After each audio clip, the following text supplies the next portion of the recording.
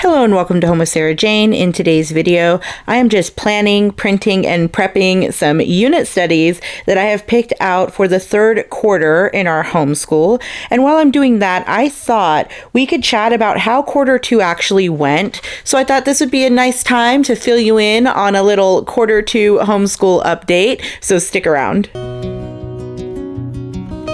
If you are new here, hello and welcome. My name is Sarah and I'm a homeschooling mom to two girls, ages 11 and 14. And if you are a returning subscriber, thank you so much for stopping by once again. I do really appreciate you.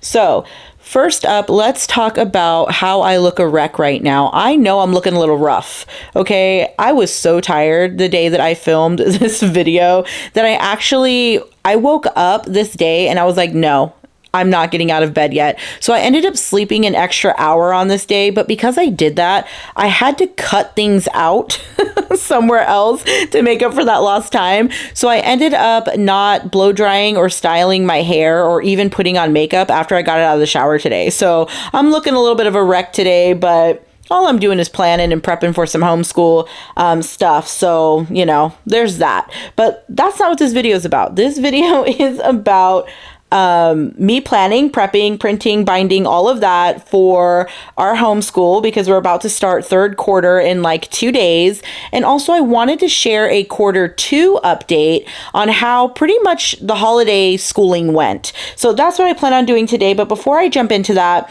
what I wanted to share is kind of what I'm doing right now on the screen. And what I'm doing is I'm just going through some unit studies that I want to use with my sixth grader Lydia for history and for science. And I'm just going to be printing those out and then binding them and going through them and finding books that, will work well with this. So I'm just putting a few things together during this video. But while I do that, let's actually talk about how quarter two went. We homeschool for 36 weeks, so each quarter is 9 weeks long.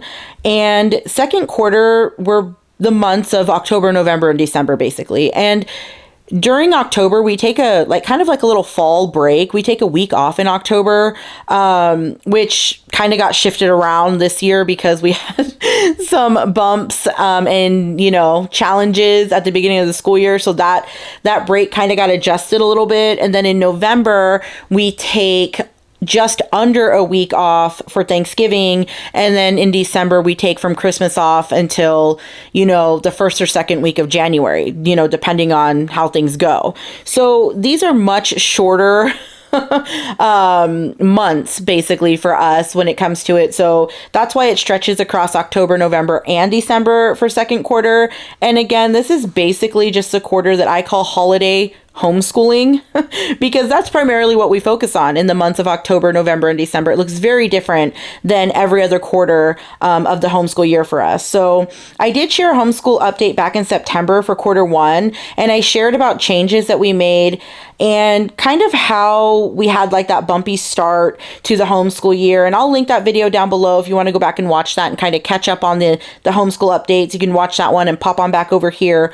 But what I wanted to kind of start with was the thing that kind of changed the most for us during quarter two, and that was morning time. Again, I know I talked about morning time being a challenge in quarter one. It was still a challenge in quarter two. So morning time was still not working out, even with the changes that I had made at the end of quarter one. So now morning time is only family read aloud and World Watch News. That is a huge difference from the way that I started the year and even the way that I started second quarter. We were still trying to go strong with, using a music curriculum during morning time and doing watercolor and things like that. And now all we're doing during morning time is our family read aloud and World Watch News, which we've been loving World Watch News. I can't even explain how much we've been loving World Watch News. And then during October, November, December for second quarter, we added in our holiday or kind of themed picture books that we have that we read every single year. So that was also a part of morning time. And our book advent and stuff like that was part of our morning time. But our morning time wasn't lasting more than 30 minutes. And honestly, that was a good fit for us. It's 30 minutes because before it would last anywhere between an hour to an hour and a half, but just sticking to our read aloud and World Watch News and a couple of holiday picture books, that was the perfect amount of morning time for us. But I just want to say that I pretty much just got stuck trying to hang on to morning time. I really didn't want to let a lot of it go. I did not want to let go of, family read aloud and things like that. So it was a really challenging time for me to kind of adjust it, but I really just needed to, I don't want to say like lower my expectations, but at the same time lower my expectations. That was primarily the solution, is that I had to realize that with my kids getting older, we don't have as much time to do all of the things that I wanted to do together, because my ninth grader's workload is so much more than what she was used to from before. So I really needed to cut corners somewhere else. And she was extremely busy during second quarter, not just with school. So there's that. But even our family read alouds, we've been having a hard time with. I feel like we've really been slowing down on our reading. And it's not that we're not reading, it's just we've cut back how long we're reading for. So it feels like it's taking forever to get through some books. Normally around the end of second quarter, we would have read anywhere between 8 and 10 family read alouds in a normal homeschool year. And this year, we only accomplished reading 4, which I think is still a good amount of books considering how challenging things were becoming in morning time. But it just made me, I don't know, it made me sad. Like, I love to read to my kids. So this was a really challenging thing for me to adjust to, but we are still going to continue with trying to do family read aloud because it is working out. It's just in really small chunks, And again, we're just going to keep up with watching World Watch News. I just need to come to terms with the fact that this just may not be a family read aloud year. We're still getting it done, just not in the way that we normally do. And I just need to accept that, honestly. So yeah, I am going to still continue with read alouds in the future. I just need to really adjust my expectations on how much we can actually accomplish. So with morning time only being family read alouds and World Watch News, that means we have stopped doing our watercolor book that we were doing at the beginning of first and second quarter. We'd stopped using Living Harmonies, which was the music curriculum, which was a very difficult decision for me because we actually really enjoyed Living Harmonies. It was a really fun curriculum. It introduced my kids to a whole bunch of different styles of music and genres. We were really enjoying it. We just don't have the time. So we did stop doing that as well. We even stopped reading our American speeches for now, but that is something that I am hoping to pick back up in third quarter. I am trying to get back to maybe reading one speech a week, but we will see. I mean, it's been really challenging to find a good balance. Okay, so now that I've updated you on our family subjects or our morning time or what's left of it, now let's talk about my ninth grader, Bella. There's not too much to really update on when it came to Bella in second quarter, and that is because we had made so many adjustments in quarter one that just worked out really well that quarter two went really smoothly. So there really wasn't any curriculum changes in quarter two for her. Everything worked out. She finished on track in all of her subjects by the end of quarter two, to make sure that she is finishing out, all of her curriculum by the end of the school year. She just really stood on pace and worked through everything. It just went well. I don't know what else to say, guys. It just really went well for her in quarter two. But I do want to say that she was so much more busy during quarter two, outside of the home with activities and things like that with other homeschooled friends and stuff. So she got to participate in a lot. And I was really proud to see her schedule and balance out her workload when it came to school and, these activities that she was taking part in. Because now that she's in high school, she gets to, go to dances and she gets to go and kind of do all of these other activities with other homeschooled kids in our area. And it was just been a huge change this year. It was just so different than the other years. And she had a lot of fun because she was able to go to the fall carnival, and she was able to participate in a winter toy drive with some of her friends, that are homeschooled as well. And she got to go to her first high school dance, which was a winter formal. And she had so much fun. All of the kids were homeschooled kids, and they got to get all all dressed up and just, have dinner and dance. And it was so much fun for her. She really enjoyed, going out and picking out a dress and getting her hair done. And, of course, for Bella, she loved getting new shoes. So it was just so much fun for her to be able to take part in the winter formal. And then she was also asked, which I was kind of shocked. I wasn't really expecting this, but she was asked to speak at a homeschooling workshop for homeschooling. Oh my gosh, why can't I say this? Sorry, guys. She was asked to speak at a homeschooling workshop. So she had to write a speech about being homeschooled and then present it in front of a whole bunch of people. Now, these people that she presented this speech in front of were other homeschooling families or people considering homeschooling. So it was just a lot. It was a lot of fun. It was a really proud moment. She had never done anything like that, and she did a fantastic job. She was a little bit nervous at first because, she's speaking, she's doing some public speaking in front of a whole bunch of people that she didn't know, but she did a really great job, and her speech was it was just so heartwarming. She talked about how, she loved being homeschooled and how it's affected her in such a positive way. She showed, gratitude towards the fact that I homeschool her and take time to do that, and that my husband helps out. And it was just one of those things that, really made me ugly cry. But I was so proud of her, even though I was crying the whole time she was up there, because I was just so proud of her. So she's just been so busy, but she was able to keep up on everything. And, quarter two just went great for her. Now, the only thing that's going to be switching for Bella from quarter two to quarter three is she did wrap up that first semester elective world geography. Let me just tell you really quickly that I chose Memoria Press's Geography 3 to be her semester course of world geography, and that course was intense. I do have a flip through on my channel of Memoria Press's World Geography 3.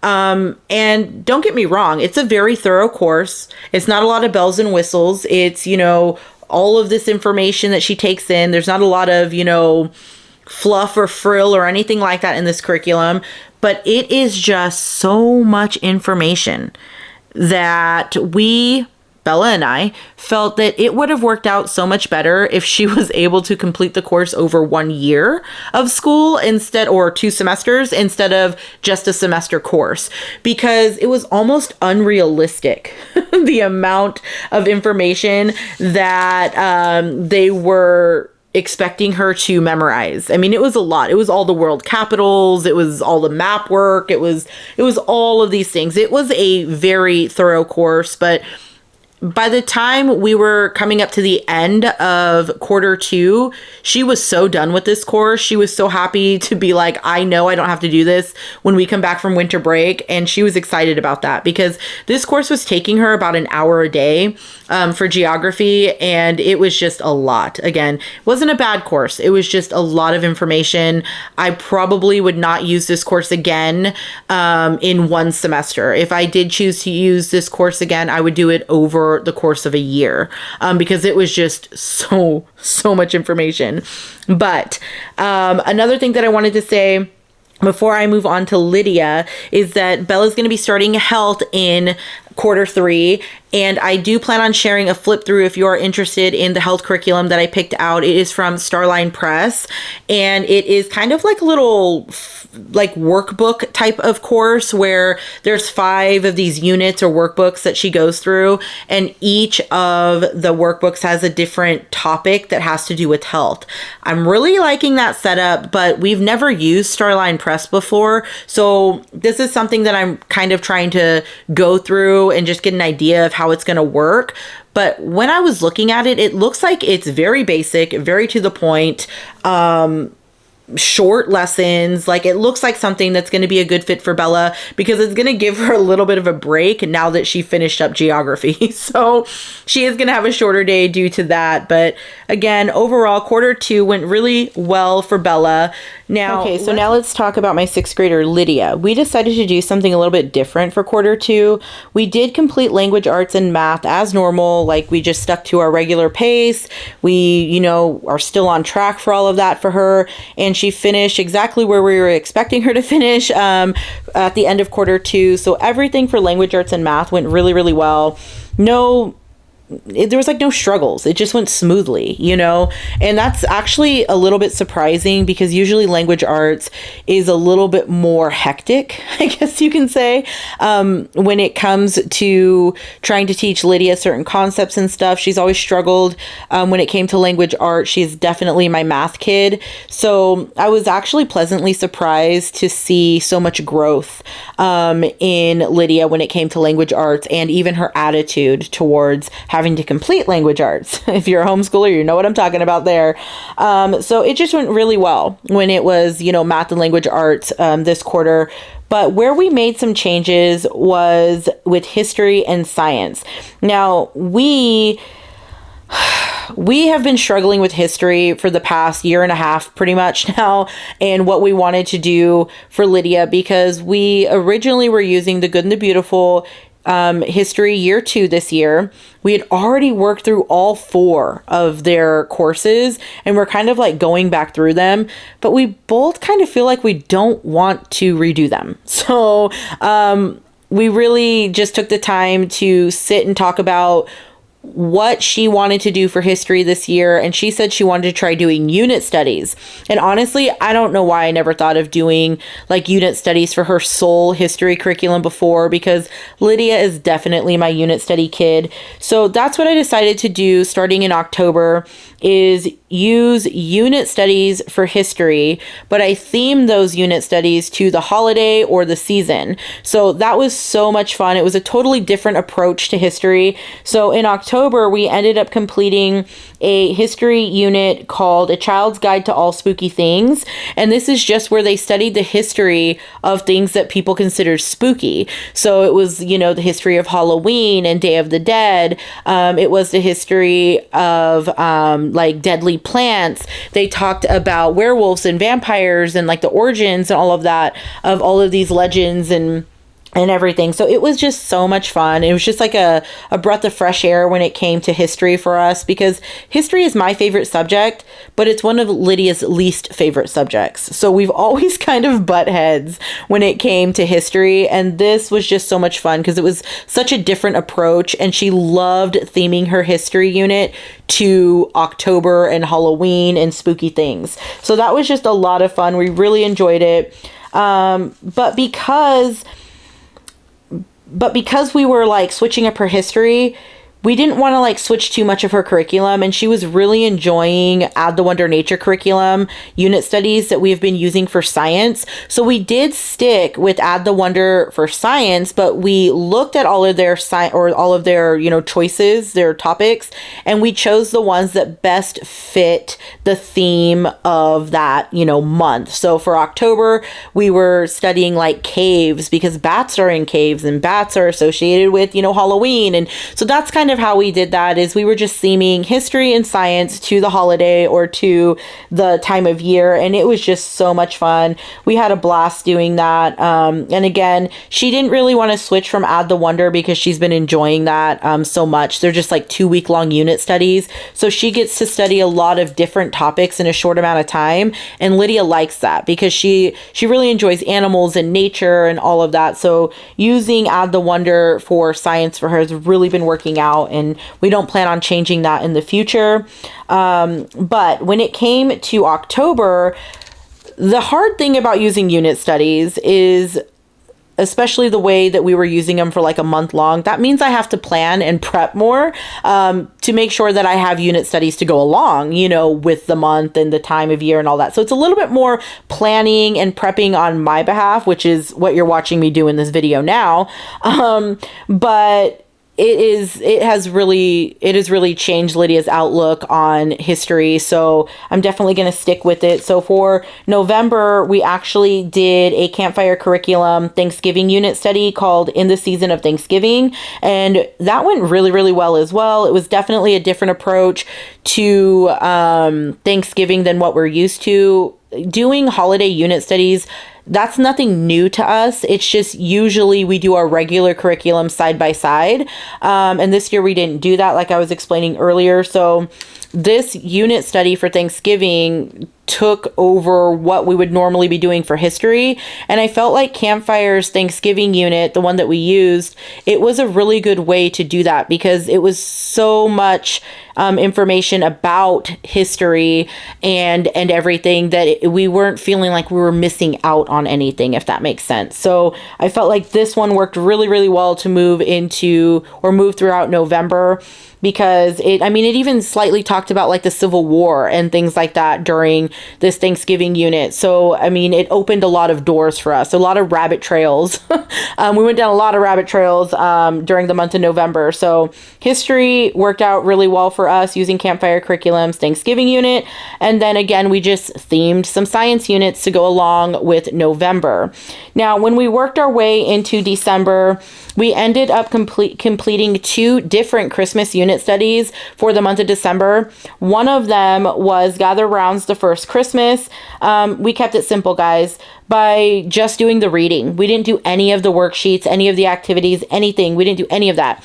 Now, Gather Round's The First Christmas unit study was something we have done in the past, but Lydia was so much younger that I felt like it was a good year to reintroduce this one to her, and she got a lot out of it. So we had a lot of fun, but we were able to work through that unit study really quickly. So that left us time to complete Gather Round's Christmas Around the World. And Lydia really loves learning about how other people celebrate holidays and how other people live throughout the world. She's really interested in that. So this was a lot of fun for her. And this is something that we did actually have Bella sit in on, but I kept it very short and simple for Bella.